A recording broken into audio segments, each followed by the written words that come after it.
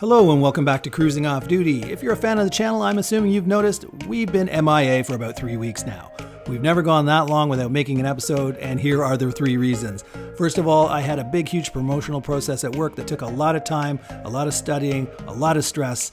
Yeah, it wasn't fun, but that's going on. At the same time, I had to head off to the Annapolis Sailboat Show for our yearly pilgrimage to check out all the brand new catamarans that are there at the show, look at each one about whether this is something we could ever consider living on full-time in our future life as full-time sailors. And then after that, it was the end of the Canadian sailing season. So we had to come back and instantly our boat was scheduled to get craned out. We had to power wash it, scrub it, winterize it, put the winter cover on. Oh, lots of stuff's been going on. And so I haven't had time to edit the videos, but rest assured, they are all coming back to back to back now that all that's over with.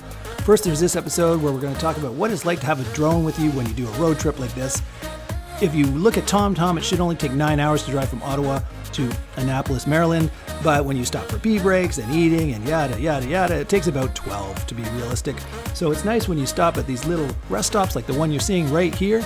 You just whip out your drone and go check out the surroundings without ever leaving the parking lot, which is pretty damn cool and definitely a good reason to own a drone because there's some serious beauty in this countryside. We drive through New York State, Pennsylvania State, of course Maryland, where Annapolis is. Beautiful country, and if you ever pull off to the side of the road and you have a drone, go check out your surroundings.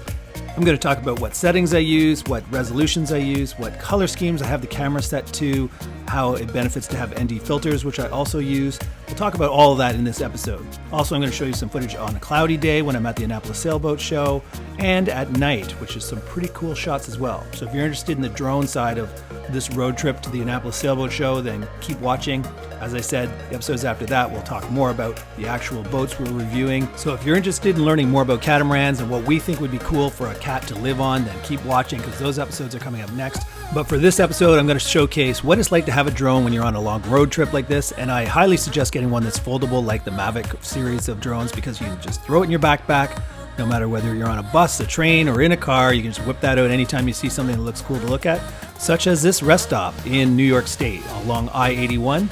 We pulled off just to get a rest, and then we saw this beautiful little town down in the valley here, and I thought, what better time to whip out the drone than now? One thing I saw way off in the distance there, you can just barely see it, is a church steeple, and I always like checking out churches. They're pretty cool architecture.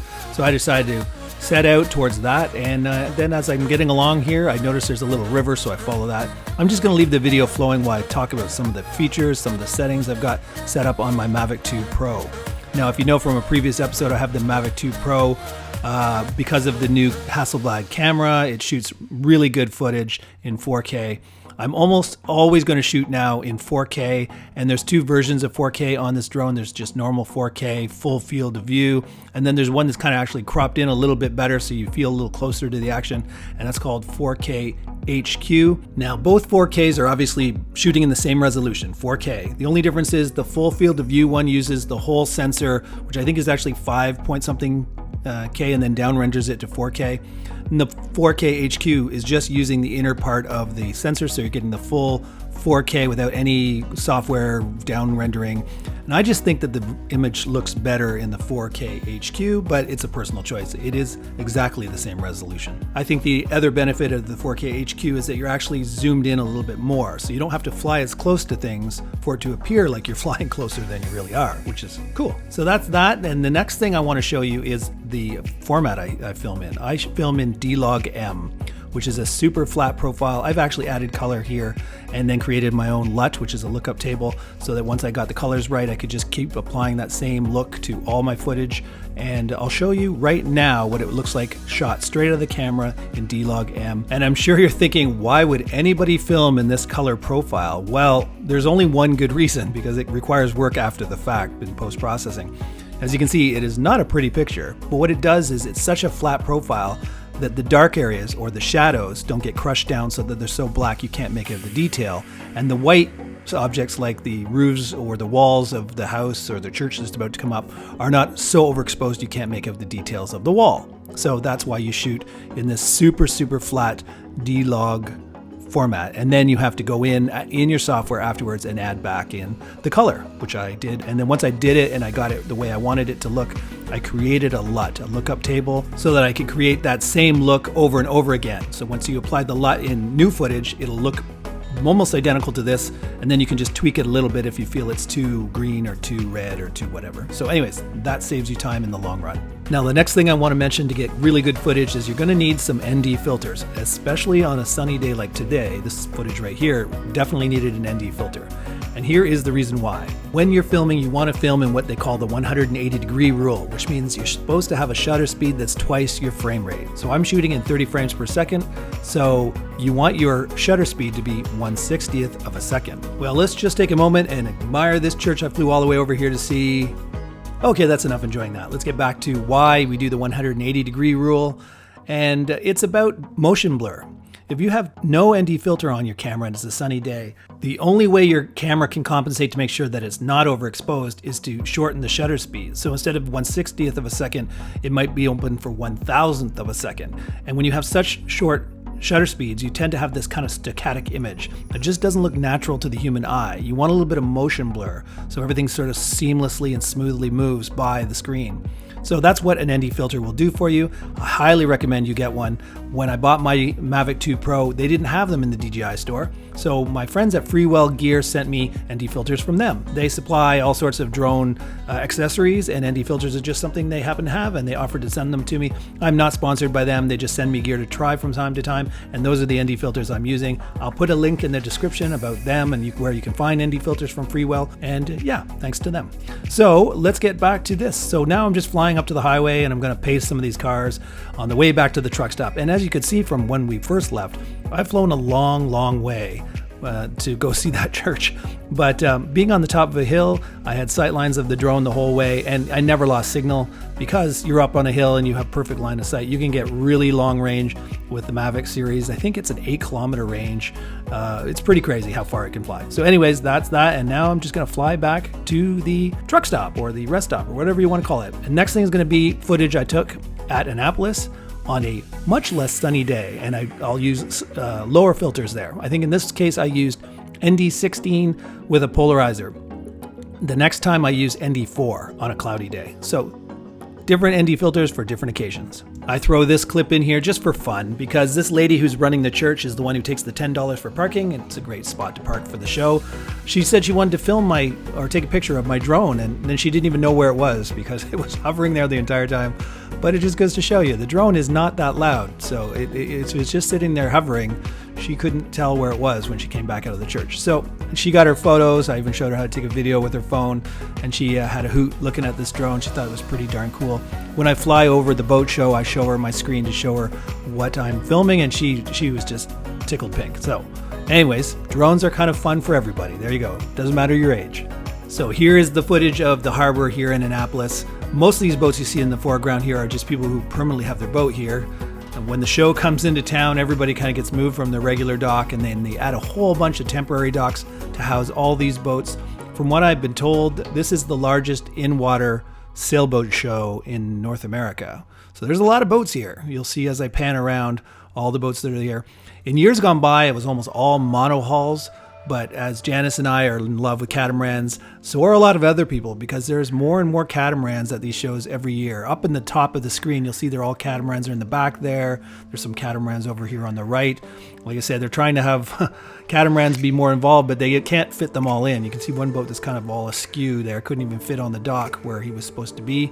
But yeah, so there's plenty of catamarans to check out in this year's series, and that's what's going to come up in the episodes coming up after this, where Janice and I are going to be walking around the docks and looking at the different catamarans, so stay tuned for that. So going back to the drone stuff, for this one, because of all the white boats and all that, I still put on an ND filter, even though the lowest one I had is ND4, so that's why I put on this. It is a cloudy day, but you're facing a bunch of white boats, and you don't want that white to be blown out so you can't make out the detail, so an ND filter is still helpful even on a cloudy day like this. Oh, and just in case you've never been to Annapolis, it's a Navy town. This is where the Naval Academy is. That's it in the distance there. I'm sort of flying towards it. You know, being a Naval Academy, I didn't want to fly over it, but yeah, pointed at it, looked at its soccer fields. I've also been to its football stadium, which is very, very cool. Sometimes I parked there in the past and took a shuttle bus to the sailing show, but now that I found this church for $10, walking distance, it's awesome. Okay, I throw these next two clips in more for interest's sake. So it got sunny again, and I thought this is a better opportunity to fly around the show and show it with sun. Because let's just face it, a sunny image looks way better than a cloudy, gloomy looking image. So I take off from this elementary school across the street from the show. I mean, directly across the street. But my phone's dead. I didn't know it was dead in my pocket, so I think, well, I can still fly without the phone. I just won't be able to see what the camera sees. So I go to fly towards the show, and it stops me. And I've never had this happen because I've never flown without a phone connected. It actually creates a radius around your controller of maybe 100 feet that you can fly in. And you can't go above, I would say it's probably 50 to 75 feet high. That's it. You're maxed out in those two criteria. Can't go above a certain height, can't go further than a certain height. And because I don't have my phone, I was just taking a wild guess if my camera was angled down at the right angle, but clearly it wasn't, because I'm pointing way too far down, so I'm mostly getting just the boats at the front of the show and the roof of this hotel. So yeah, not great footage, but just something to learn. If you don't have a phone, you can still fly your drone. You're just really restricted on the range and the height you can go. So that's that. The next thing I learned is how to hand catch my drone and turn it off just by tilting it on its side. So let's check out that footage. First trick is you kind of have to sneak up on it. You can't just put your hand underneath the drone, or the drone will actually raise up on its own because of its downward facing sensors. So when you're ready, you just got to reach up, grab it quick, and then turn it on its side and it shuts off. Okay. Now you may wonder why that's even important to be able to do that, and that's because in the past, to shut off the motors, you had to use both hands to push the joysticks down to get the motors to turn off. Now I've learned you can just grab the thing and turn it on side and it shuts itself off. Much easier when you're the only person flying and you want to hand catch, like when you're on a sailboat. So this footage is actually taken from the Navy Reserve. They gave me permission to take off the drone. The show is over. Most of the boats have left. Now the staff is just breaking apart all these temporary docks. So I'm going to show you what the crowd looks like. Everybody sits on the docks, of course, having a beverage or two, and watches the show end.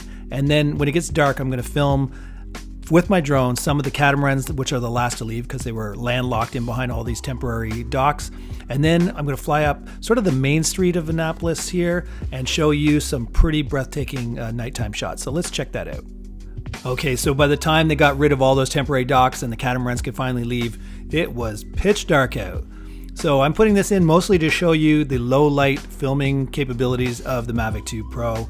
Needless to say, I do not have any ND filter on now, but considering there's no lights other than the lights on the boat and a few little tiny lights on the dock, that's pretty impressive that I'm getting footage as clear as this. In case you're wondering why the lights on that Leopard are flickering inside, that is not an anomaly with the camera on my drone. It's because this is built in South Africa. A lot of the European/South African boats, their electricity is based on the European style of 50 hertz, and we use 60 hertz. So that's why when we film in 30 frames per second and when they're using a different hertz, you tend to get that kind of weird strobing of the lights. But again, that is not an issue with my drone. It's just that the electricity running on that boat is different than our North American electricity. So there you go. So let's move on to downtown Annapolis. So just as you pull out of the harbor where the Annapolis Sailboat Show is, you get right into this little traffic circle, then right into this main drag, just non-stop restaurants, bars, shops, of course. It's a pretty cool area to walk, so if you get bored of looking at sailboats, go take a stroll up this road, and when I get to the very top of the hill here, you're going to see a really cool, I don't know what building it is. It looks like some sort of government building with a dome. Not from the area, don't know what it is, but it looks pretty nice and in low light. I'm very impressed with the quality of the footage from the drone. I mean, there's not a lot of snow. You know, a lot of times if you have a camera that doesn't do low light very well, the dark areas you can see kind of a snow. You don't see that, so that's great. This is the church or something. This is at another traffic circle, but this is not the building I'm talking about. You'll see the building I'll cut right to it right now. There's the building I'm talking about. Isn't that pretty? Nicely lit up, so a good nighttime shot.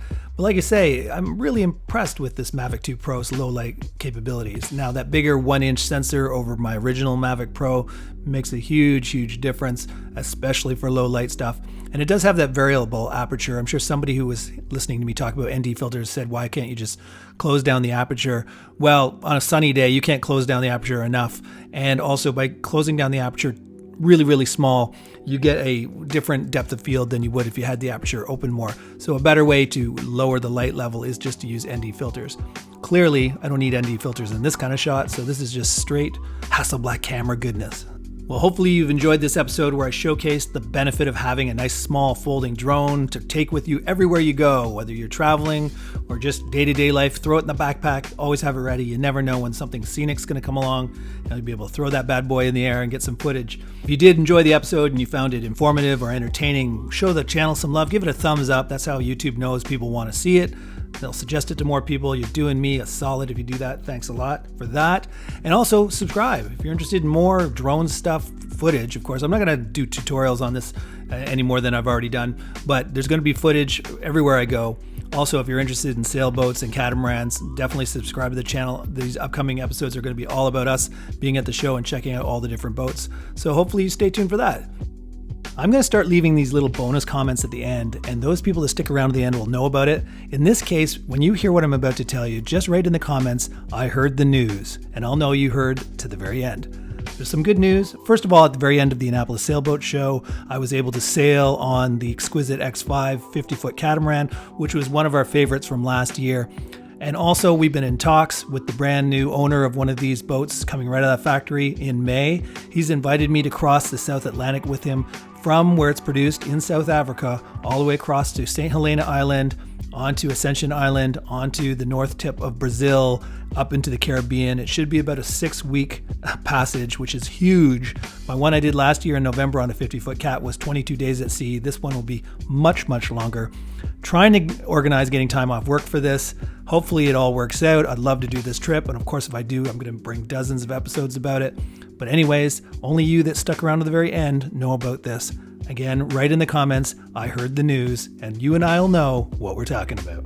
The reason I'm not broadcasting this publicly to everybody is it's not quite in the bag yet. Work still has to give me the time off work, so fingers crossed.